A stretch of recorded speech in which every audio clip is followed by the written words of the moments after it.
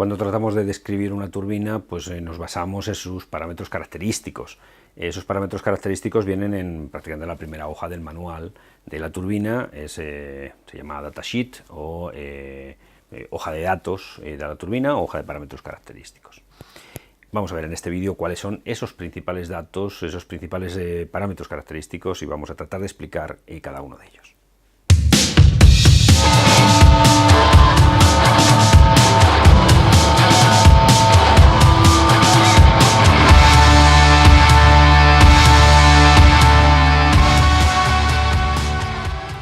Vamos a agrupar los parámetros característicos que vienen reflejados en la hoja de datos de la turbina como en 5 grandes grupos. El primer grupo se refiere a la identificación de marca y modelo de la turbina. El segundo grupo será el tipo de turbina de acuerdo con las clasificaciones que vimos en el vídeo anterior. El tercer grupo se refiere a datos constructivos de la turbina. Cuarto gran grupo se refiere a datos técnicos de la turbina y el quinto gran grupo se refiere a prestaciones de la turbina. Marca y modelo pues no tiene más explicación que indicar cuál es la marca y cuál es el modelo concreto de la turbina. En cuanto al tipo de turbina, tendremos que definir qué tipo de turbina es de acuerdo a las 4 clasificaciones, las 4 formas de clasificar las turbinas que veíamos en el apartado anterior, que eran clasificarla de acuerdo con su origen, clasificarla de acuerdo con su tipo de cámara de combustión, con el número de cámaras de combustión o con el número de ejes. Pues clasificamos la turbina, decimos qué tipo es de acuerdo con esas 4 clasificaciones y pasamos a continuación a los datos constructivos. En cuanto a los datos constructivos, básicamente son los siguientes. En primer lugar, dimensiones, largo, ancho, alto, etc. En segundo lugar, número de etapas del compresor. Junto con el número de etapas del compresor puede ser interesante indicar, o a veces nos indican, el número de etapas variables que aparecen en el compresor. A continuación tenemos el número de zonas de combustión. Si lo habitual es que sea una sola zona, pero si en caso de ser combustión secuencial, pues tendremos 2 zonas. Tenemos a continuación el número de tubos o cámaras de combustión que rodean en la circunferencia del eje, o el número de combustores en el caso de cámaras de turbinas anulares. Tenemos a continuación como dato constructivo el número de etapas de expansión. Un número que aparece en ocasiones es el número de cojinetes y la distribución de cojinetes que tenemos en la turbina. También en ocasiones es interesante indicar cuál es el tipo de refrigeración que tiene los álabes de la turbina de expansión. Lo más habitual es que sea refrigeración por aire tomado del compresor para diferentes etapas, del compresor, pero puede haber turbinas que estén refrigeradas con otros fluidos como el vapor.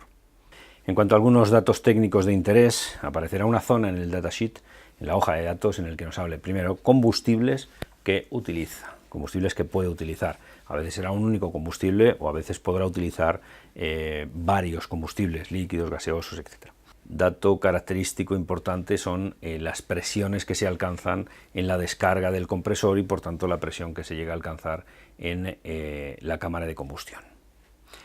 Siguiente dato característico son las temperaturas que se alcanzan en los diferentes puntos, en ese camino que va siguiendo el gas que va desde la entrada hasta la salida. Pues será interesante que el turbinero nos indique la temperatura de los gases a la descarga del compresor, quizá en algunos puntos intermedios del compresor, la temperatura que se alcanza como máximo en la cámara de combustión, la temperatura que se alcanza en algunas etapas concretas de la expansión y la temperatura que finalmente se alcanza en la expansión. Será interesante también que nos dé las velocidades de giro. Si es una turbina monoeje será una sola velocidad, pero si es una turbina multieje nos tendrá que indicar las velocidades nominales de giro de cada uno de estos ejes. Nos quedan por último las prestaciones de la turbina. Las prestaciones de la turbina básicamente son 2. son, por un lado, la potencia máxima que puede alcanzar y, por otro lado, el rendimiento, es decir, cuánta de la energía que suministramos a la turbina en forma de combustible, cuánto termina transformándose en energía útil, bien en energía mecánica o bien directamente en energía eléctrica. Siendo la potencia máxima y el rendimiento los dos parámetros fundamentales, hay que tener en cuenta que siempre el turbinero nos lo va a referir a unas condiciones de entrada del aire. Tanto la potencia como el rendimiento se ven afectados por las condiciones de entrada del aire. Por tanto, la norma ISO 3977 trató de estandarizar en qué condiciones nos deben dar un turbinero nos debe dar la potencia de la turbina. En esa norma ISO 3977 se establece que de forma estandarizada o normalizada la turbina debe darse a 15 grados Celsius de temperatura de entrada de aire, a una presión equivalente a la presión media presión media ambiental a la altura del mar, es decir, 1013,2 milibares, y con una humedad relativa del 60%. El rendimiento es habitual que nos lo den de dos formas. Una es como porcentaje, es decir, de la energía que entra, sería el cociente de este porcentaje, y la energía útil, la energía eléctrica o la energía mecánica, pues será el numerador de este cociente, y nos lo dan como un porcentaje, 30%, 28, 29, 35, 40, lo que sea. Pero también es muy habitual que nos lo den de otra manera. Puede resultar una manera muy extraña, pero es una forma muy habitual para comunicarnos el rendimiento. Se le llama heat rate o consumo específico, y lo que trata de definir es cuánta energía térmica tengo que suministrar a la turbina para producir 1 kilovatio hora de energía eléctrica. Esa energía térmica viene en forma de julios, kilojulios, megajulios, pero viene en unidades de energía térmica. Claro, cuando comparamos una con otra, pues la energía térmica, el julio, recordemos que el julio es igual al vatio por segundo, y lo dividimos entre otra energía, que es la energía eléctrica, kilovatio hora. En esa unidad pues nos encontramos que es una forma diferente de darnos el rendimiento, en el que también es un cociente energía-energía, pero en el que ya no hablamos de energía eléctrica que obtenemos dividido entre la energía térmica que suministramos, sino energía térmica que suministramos dividido entre energía eléctrica que obtenemos, y en diferentes unidades. ¿Cuál es la relación entre heat rate y rendimiento?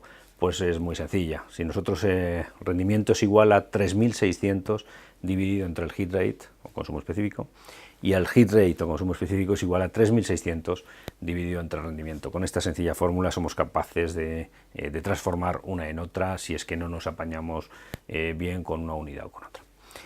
Ya tenemos entonces como la potencia y el rendimiento en condiciones, en unas determinadas condiciones, habitualmente en condiciones, se les denomina de forma abreviada condiciones ISO, referido a la ISO 3977, pues como esa potencia y ese rendimiento son parámetros característicos fundamentales, son prestaciones fundamentales, pero hay otras prestaciones que también suelen indicarse, que también son necesarias, como son cuáles las emisiones de determinados gases, especialmente de uno, de los óxidos de nitrógeno, de los diferentes óxidos de nitrógeno, conocidos generalmente como NOx, por ser NO o NO2, que son la mayor parte de estos óxidos de nitrógeno.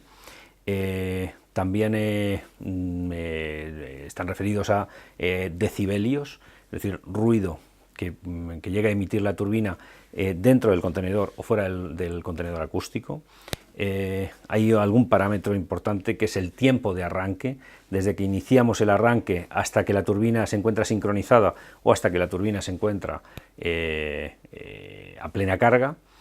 Y en ocasiones nos aportan también los datos medios de disponibilidad que nosotros podemos obtener de esta turbina, pues referido al tiempo, el número de horas total de un año que la turbina podría estar en marcha sin estar afectada por problemas de avería o mantenimientos programados.